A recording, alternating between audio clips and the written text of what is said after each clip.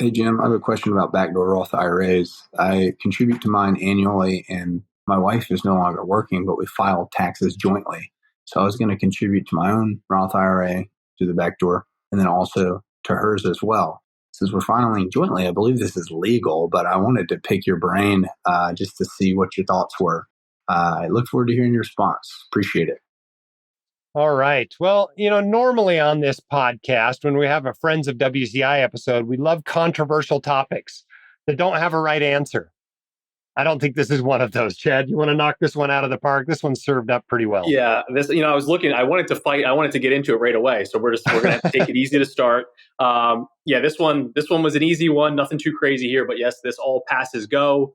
I would say the official name is the Spousal IRA.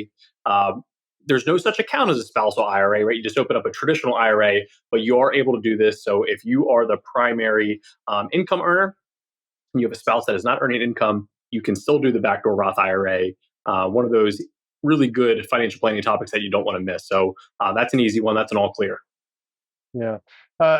You have to have enough income, not only for your own IRA contribution, but their IRA contribution. Not usually a problem for white coat investors. All right. What kind of issues are there if they're not married filing jointly, if they're doing married filing separately? Yeah, this is the big one where I always say, the student loan issues come in real quick here in terms of when you use that married filing separately and your income limit is smashed down on this one. So that's the one where the income limit is now $10,000. So anytime you get into married filing separately, we pretty much say it opens up, you're guaranteed to do a backdoor Roth now. It's one where you don't even have to really think about it, at least in the physician community. But that's the main one that we want you to keep an eye on is once you do married filing separately, usually in terms of student loan planning, the backdoor Roth is going to come in here as your main go-to because that income limit is so low now. But you can still do a spousal IRA, right? Based on your spouse's income. Well, the 10,000 limit is what it phases out at. The deductibility of the contribution phases out over $10,000, right? But correct. I'm saying you can still make the contribution even without both spouses having income. Yeah, correct. It's just not deductible. Yeah. So you can still do it. Yeah, yep.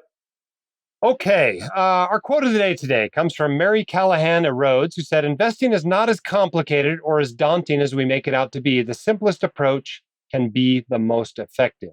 I find often is the most effective, especially when you consider that 90% of personal finance is behavioral and not financial.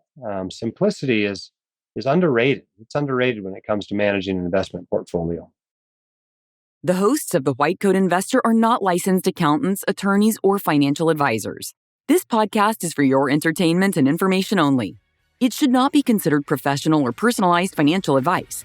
You should consult the appropriate professional for specific advice relating to your situation.